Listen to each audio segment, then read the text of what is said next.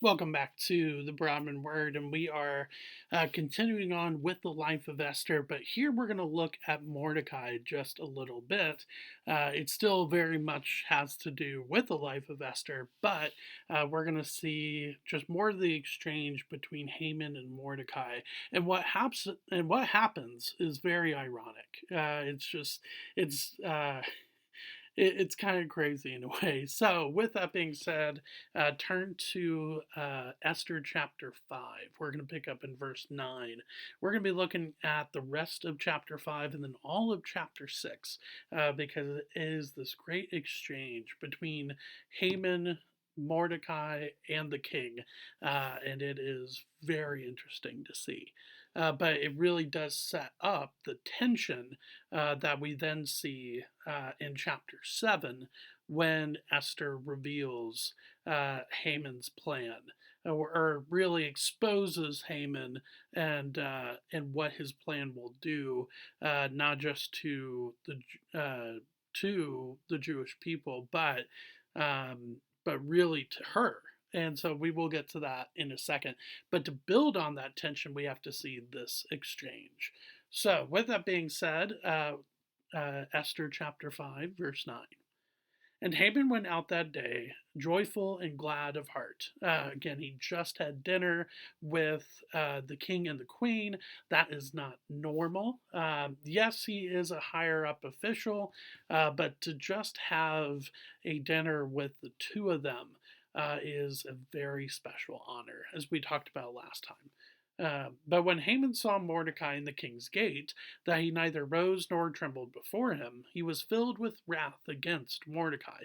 Again, it shouldn't come as a surprise at this point to Haman that Mordecai is not doing this. But again, he just literally came from a very, very coveted dinner with the king and the queen. So the fact that everybody's not respecting him for what he just experienced is maddening to him.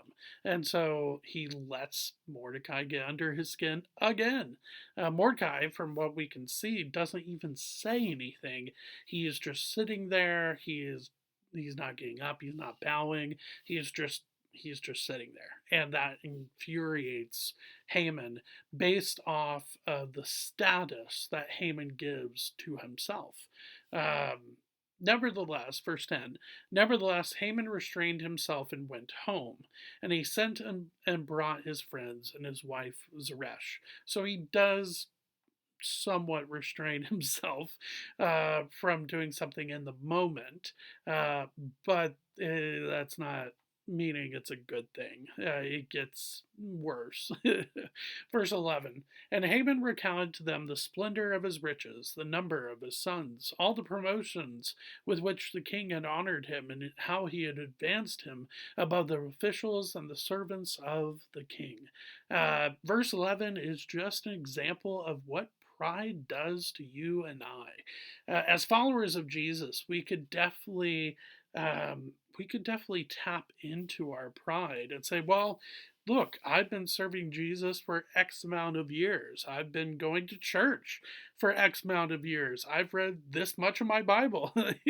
I mean, you could go on and on and on. Even as a believer, you could absolutely be entrapped or focus on your pride, as Haman does here in verse 11. But as we'll see with Haman, and other parts of scripture show this to be true.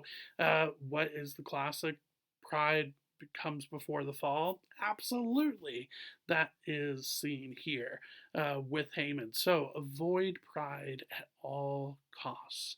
Yes, it's okay to be be grateful for the things that you have been given, the experience that you have, the skills that you have, but you should never ever just focus on those things and especially brag about those things because all those things could be taken away, which, well, for Haman, that is definitely the case, as we'll see next week.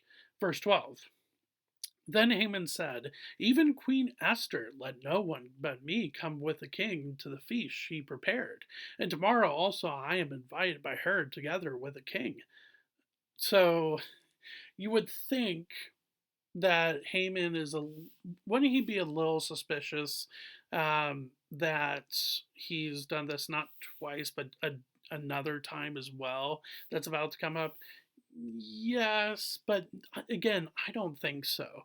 I think it is such an honor that his pride is blinding him to anything else going on. And obviously, he doesn't know what's going on. The king doesn't know that Esther is Jewish. And so, how could he know? But the fact is, again, that his pride is blinding him from even being able to even think that something could be wrong.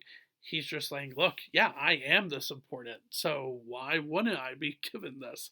Uh, but he is just reveling in his pride, except for Mordecai. Verse 13. Yet all this is worth nothing to me, so long as I see Mordecai the Jew sitting at the king's gate. Wow. Just, I mean, it is clear that he has bitterness uh, towards Mordecai. Bitterness is an incredibly dangerous vice for sure. And we see that in the life of Haman, however short it is. Verse 14. Then his wife Zeresh and all his friends said to him, let a gallows 50 cubits high be made, and in the morning tell the king to have Mordecai hanged upon it. Then go joyfully with the king to the feast. This idea pleased Haman, and he had the gallows made. So you have the gallows or a wooden beam, a place to hang somebody, and it's 50 cubits high. Going back to Noah's Ark, a cubit is about an inch and a half or so. So you have, or sorry, not an inch and a half. It's 18 inches, so a foot and a half. There you go. It's a foot and a half tall. So you multiply that by 50. That's pretty massive. I mean, that's a huge just torture device slash execution device slash show of pride. I mean, it's a tool of bitterness. I mean, the reason why he builds it that high. Some have asked, okay, why build it that high? Why be that excessive about it? Two things: pride and bitterness. Pride and bitterness fuel the not just the building of these gallows, but the amount that they are built. Haman does not want to just kill Mordecai. He wants to make an example of him. He wants to humiliate him in the biggest way they can. And then on top of that, he wants to show that Haman cannot be messed with. You do not mess with Haman. That is what he's getting at, I think, with the amount of just feet that are put into this. So, so 50, so you're talking 75 feet, I think, at most. I mean, it's a massive show of Haman's pride and bitterness. However, it does not go well for him. Exactly. Yes, he's not found out or he's not executed yet, which is coming. And he's also not humiliated in front of the king and queen yet, which is coming. But it's very ironic because the next morning he's supposed to go and talk to the king, and overnight the king has a problem sleeping, and it relates into Mordecai being honored. So let's look at that. Esther chapter 6, verse 1. On that night, the king could not sleep, and he gave orders to bring the book of memorable deeds, the Chronicles, and they were read before the king. Why? Because, well, they're chronicles, they're they're boring, they're just records. They help to put you to sleep, basically. Verse 2. And it was found written how Mordecai had told about Bigthana and Teresh, two of the king's eunuchs who guarded the threshold and who had sought to lay hands on King Ahasuerus. And the king said, what honor or distinction has been bestowed on Mordecai for this? The king's young men who attended him said, nothing has been done for him.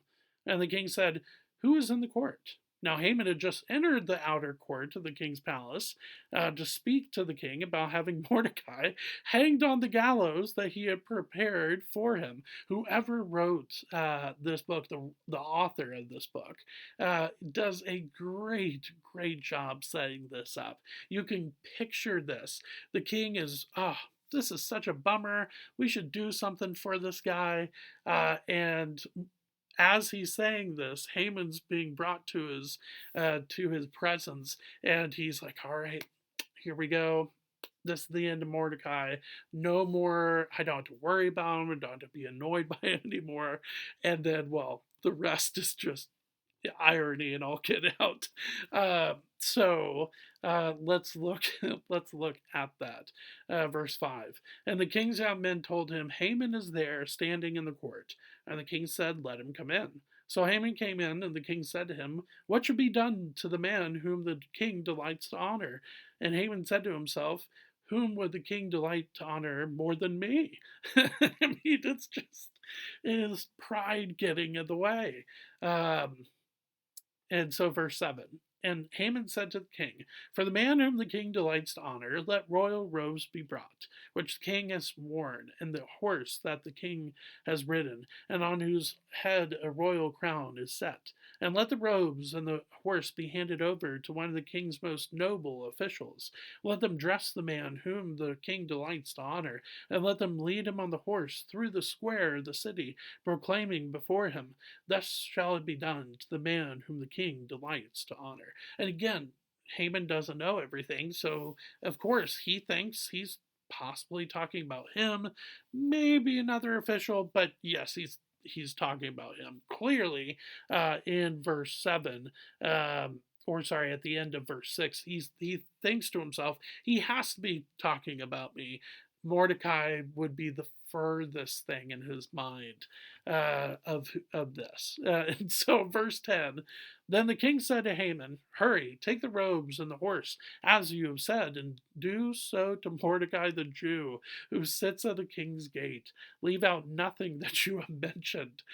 I mean, what could have been Haman's response? He couldn't give it away that he wanted Mordecai dead at this point, right? He can't ask his question because that would be one, it would be very suspicious of Haman to do that based on the fact that Mordecai has now just been honored by the king's word. And so it would be very suspicious. And then, two, Haman would probably be some way demoted by it. I mean, it's an awful situation for Haman. Awful, of course, is funny word here, right? So verse 11. So Haman took the robes and the horse, and he dressed Mordecai and led him through the square of the city, proclaiming before him, "Thus shall it be done to the man whom the king delights to honor." So not only does all this happen to Mordecai, but Haman is the one that has to go about and proclaim the honor that Mordecai is due. It is absolutely gut wrenching to Haman, as we'll see. Verse 12. Then Mordecai returned to the king's gate. He goes right back to doing what he was doing anyways. But Haman hurried to his house, mourning and with his head covered. And Haman told his wife Zeresh and all his friends everything that happened to him. Then his wise men and his wife Zeresh said to him, "If Mordecai, before whom you have begun to fall, is of the Jewish people, you will not overcome him, but will surely fall before him." Yeah, this one is interesting to me. Is it possible that they know what's coming for Haman? Uh, maybe, possibly. It could be that they're just like, look, um, it is interesting too, I think, that the king doesn't connect the dots when he says Mordecai the Jew, and yet there's this decree out there that wants the Jews gone or not or and dead. It's interesting he doesn't make that connection. So I think it is kind of a foreshadowing of what will happen to Haman. I think that's definitely true. But do they know that that's going to happen? Maybe not. They do use the conditional if in verse 13 there in that proclamation to Haman. So, do they really know? I don't think so. Then, verse 14, while they were yet talking with him, the king's eunuchs arrived and hurried to bring Haman to the feast that Esther had prepared.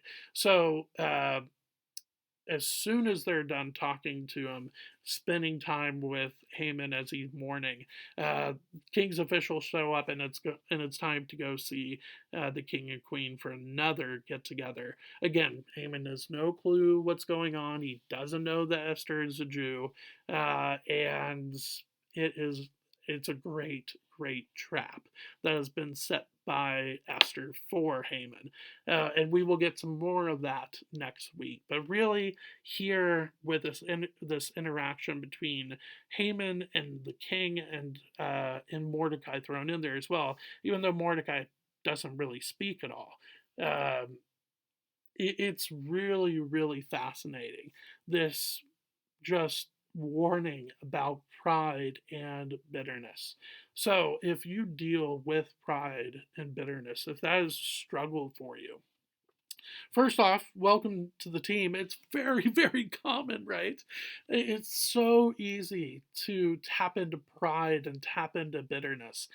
So, how do we combat that? The best way to do so is to ask the Lord to not just search your heart, but cleanse your heart of that pride and that bitterness. And then, whoever you are bitter towards, go and tell them.